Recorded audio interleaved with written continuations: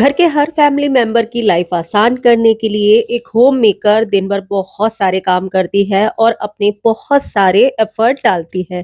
ऐसी ही super women का daily का काम आसान करने के लिए मैं आज आप सबके साथ में शेयर कर रही हूँ कुछ ऐसे टिप्स ट्रिक्स या हैक्स या आइडियाज जिससे आपका थोड़ा सा समय भी बचेगा, थोड़ी सी हेल्थ भी अच्छी रहेगी, थोड़े से काम भी आसान होंगे।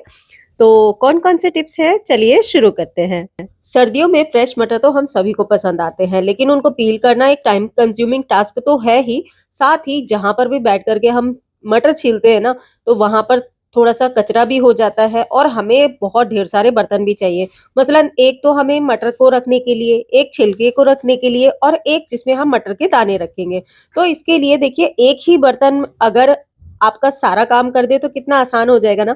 तो मैं क्या करती हूँ, इस तरीके से एक बास्केट के अंदर मैंने मटर डाल लिए हैं और छीलने के बाद में दाने भी उसी के अंदर डाल रही हूँ और जितने भी छिलके हैं वो नीचे एक तरफ मैं थैली के ऊपर रखती जा रही हूँ। तो इससे क्या हो रहा है, जितने मेरे सारे मटर है ना, मटर छीलने के बाद में जब मैं इस तरीके से मटर छीलती जाऊंगी तो एक टाइम के बाद में जब सारे मटर छिल जाएंगे तो छिलके इसमें से निकल जाएंगे, फ्रेश मटर जितनी भी हैं वो मटर भी निकल जाएंगी और रह जाएंगे सिर्फ मटर के दाने। तो इस तरीके से मुझे 3 बर्तन की जगह सिर्फ 1 बर्तन में ही मटर के दाने मिल गए हैं और इस तरीके से मटर मटर के दाने हमें मिल गए हैं।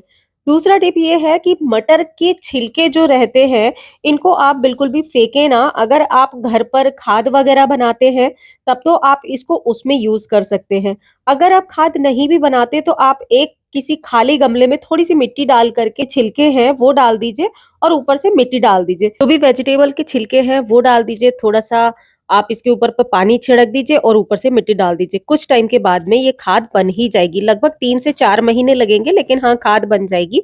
इसके अलावा अगर आप ऐसा ना करना चाहें, तो छिलकों को फेंकने की जगह किसी भी जानवर को, जैसे गाय वगैरह आती है स्ट्रीट में, तो उनको देंगे तो उनके लिए एक हरे चारे का काम कर देता है। सर्दियों में जब भी हम मॉपिंग करते हैं तो उसमें ठंडे पानी की जगह अगर तेज गर्म पानी का यूज करें तो जब भी हम मॉपिंग करेंगे ना, तो उससे हमारे 2 फायदे होते हैं। एक तो फर्श के ऊपर जभी भी धूल मिट्टी चिकनाई अगर थोड़ी बहुत जमी होती है तो वो अच्छे से निकल जाती है और फर्श जो है वो बहुत ही अच्छे से चमक जाता है। दूसरा, हमारा मॉप जो रहता है वो कई बारी गंदा हो जाता है जब हम डेली मॉपिंग करते हैं, तो अगर हम गर्म पानी का यूज करते हैं और उसमें थोड़ा सा लिक्विड डिटर्जेंट डाल देना लास्ट में मॉपिंग करने के बाद में, तो हमारा मॉप जो है वो बहुत अच्छे से क्लीन हो जाता है। घर की क्लीनिंग अगर आप खुद करते हो या आपने कोई हाउस हेल्प रखी हो, अगर आप मॉप अलग-अलग रखेंगे तो भी घर के अंदर का जो फ्लोर है वो ज़्यादा चमकदार रहता है, क्योंकि घर के बाहर ज़्यादा मिट्टी जो है, डस्ट वगैरह जो है वो एक्यूमुलेट ज़्यादा होती है। तो अगर वहाँ के मॉप अलग-अलग रखे जाएँगे तो आपको फर्श पर, घर के अंदर वाले फर्श पर मेहनत थोड़ी कम करनी पड़ेगी। मैं घर के अंदर इस वाले मॉप से मॉपिंग करती हूँ, इससे पानी भी कम लगता है और फर्श बहुत अच्छे से चमकता रहता है और घर के बाहर मैं दूसरा मॉप यूज़ करती हूँ। मार्केट में इस तरह के काफ़ी सारे गैजेट्स अवेलेबल हैं, तो अपनी ज़रूरत और बजट के अनुसार इस तरीके के गैजेट्स का भी यूज़ किया जा सकता है। अगर आप भी मेरी तरह कुछ इस तरह के शहर में रहते हैं, जहाँ पर इस तरीके का कोहरा पड़ता है सुबह और शाम, जहाँ पर कुछ भी दिखाई नहीं देता है, तो आप समझ सकते हैं कि सर्दी कितनी ज़्यादा होती है। तो चंडीगढ़, मोहाली में तो इस टाइम पर 3 डिग्री और 5 डिग्री टेम्परेचर था 2-3 दिन पहले तक, जहाँ पर डेली के काम करना भी बहुत मुश्किल हो रहा था। ऐसे में घर भी बहुत ज़्यादा ठंडे रहते हैं। तो ऐसे में घर को कोज़ी बनाने के लिए आप खिड़की दरवाजे तो ऑब्वियस सी बात है बंद करके रहते ही होंगे, जिससे कि घर थोड़ा-सा गर्म रहे। इसके अलावा हीटर वगैरह का भी यूज़ करते ही होंगे, लेकिन उससे क्या होता है, जब हम हीटर वगैरह जलाते हैं तो आपके घर में ना एक गैस जैसी बन जाती है, जिसकी वजह से आपको थोड़ा बहुत दरवाजों को डेली खोलना ही चाहिए। चाहे थोड़ी देर के लिए ही खोलें, लेकिन खिड़की दरवाजे ज़रूर खोलें। अगर आप इस तरह के ब्लोअर या हीटर वगैरह का यूज़ नहीं करते हैं, तो घर को थोड़ी-सी वार्मथ, थोड़ा-सा कोज़ीनेस देने के लिए घर में जगह-जगह सेंटेड कैंडल जलाई जा सकती है। इससे घर खुशबूदार भी रहता है और कोज़ी भी लगता है। इसके अलावा आप इस तरीके से ह्यूमिडिफायर भी जला सकते हैं। इससे भी घर में इक्वली खुशबू भी रहती है और एक गर्माहट का एहसास होता है। अच्छा, कुछ टाइम पहले मैंने आपको दिखाया था, मेरा एक ये स्वेटर था जिसके ऊपर कुछ नेल पेंट के दाग लग गए थे जो कि बहुत ज़्यादा गहरे थे और उसको क्लीन करने का आप में से किसी ने पूछा था कि किस तरीके से क्लीन किए। इस पर लिपस्टिक का निशान भी पड़ गया था और नेल पेंट का निशान भी पड़ गया था, तो मैंने सिंपली इसको क्या किया, जो भी नेल पेंट रिमूवर आपके पास हो उसको आप ले लीजिए। मेरे पास नायका का नेल पेंट रिमूवर था, ये वाइप था, तो मैंने इस वाइप को लिया और इससे मेरा काम बहुत ही आसान हो गया था। मैंने इस वाइप को लेकर के अपने स्वेटर के ऊपर इस तरीके से रब किया। लेकिन हाँ, मेरी गलती क्या हो गई थी कि दोनों साइड को स्वेटर जो था वो मैंने इसी तरीके से रखा था। आप जभी भी करें सिंगल लेयर के ऊपर ही करें जहाँ पर निशान लगा हुआ है। मुझे नीचे वाला जो साइड था जहाँ पर वो नहीं था ना, वहाँ पर हटा देना चाहिए था, जिसको साफ करने में बाद में मुझे मेहनत लगी। तो क्योंकि इसके अंदर एक ऑयल होता है जिससे कि नेल पेंट रिमूव हो जाता है। तो इससे जितना भी मेरा नेल पेंट था वो बहुत अच्छे से रिमूव हो गया जैसे ही मैंने रब किया। 3-4 मैंने वाइप ली थी और इससे रिमूव तो हो गया, लेकिन पीछे ये देखिए आप ऑयल का निशान आ गया, जिसको मैंने बाद में क्लीन कर दिया था। आप अगर इस तरीके से करके सिंगल करके इस तरीके से रब करेंगे ना तो बहुत ही ईज़िली ये हो जाएगा। तो मैंने बाद में इसी तरीके से किया। 3-4 जगह पर इसके ऊपर नेल पेंट का निशान लग गया था, जो कि मैंने इसी तरीके से रब कर दिया और रब करने के बाद में सिंपल गरम पानी में मैंने नॉर्मल लिक्विड डिटर्जेंट से इसको अच्छे से क्लीन किया। मैंने हैंड वॉश से क्लीन किया था, थोड़ी देर सोक करके रखा और फिर उसको हल्के हाथ से रब करके मैंने इसको वॉश कर दिया था और धूप में सुखा दिया था। लेकिन हाँ, इसको थोड़ा धूप में ही सुखाएँगे तो ये ज़्यादा अच्छा रहेगा। यहाँ धूप बहुत कम है, इसलिए मैंने 2 दिन तक इसको लगातार धूप में सुखाया और आप देख सकते हैं कहीं पर भी वो निशान अब आपको नज़र नहीं आएँगे, क्योंकि वे बिल्कुल अच्छे से निकल गए। तो आप भी इसी तरीके से ट्राई कर सकते हैं। बहुत ही आसानी से सारे दाग धब्बे, यहाँ तक कि लिपस्टिक का दाग भी इसमें से निकल गया है और मेरा स्वेटर बिल्कुल नया जैसा हो गया। एक्चुअली ये व्हाइट कलर का स्वेटर था जिस पर दाग धब्बे निकलना थोड़ा मुश्किल होता है, लेकिन इससे इस ट्रिक से बिल्कुल आसानी से निकल गया है। तो आप भी ज़रूर ट्राई करके अपना फीडबैक मुझे ज़रूर दें।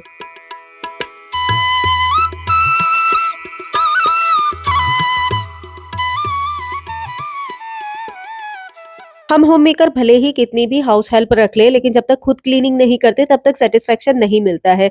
अगर आप वर्किंग हैं तो कुछ इस तरीके के गैजेट्स में ज़रूर से इन्वेस्ट करें जिससे कि आपका काम भी आसान हो और काम की एफिशिएंसी भी बढ़ सके। कुछ काम ऐसे होते हैं जिसके लिए हम किसी पर डिपेंडेंट रहते हैं, तो इस तरह के गैजेट से आप वो सारे काम खुद ही कर सकते हैं। जैसे कि ये बाथरूम क्लीनिंग है, तो मेरे बाथरूम में ये गंदगी थी तो मैंने सोचा हैंड टू हैंड इसको क्लीन कर देती हूँ। इस तरीके से देखिए मैंने थोड़ी देर ही ये चलाया है और मेरा बाथरूम बिल्कुल क्लीन हो गया है। यहाँ पर आपको मोटिवेट करना ये है कि आप बहुत सारे काम जिनके लिए आप दूसरों पर डिपेंडेंट रहते हैं, तरीके के गैजेट्स की हेल्प से खुद कर सकते हैं। अगला टिप आज के टॉपिक से थोड़ा-सा डिफरेंट है, लेकिन इसको भी मैंने सोचा कि आप सबके साथ में शेयर करना ज़रूरी है।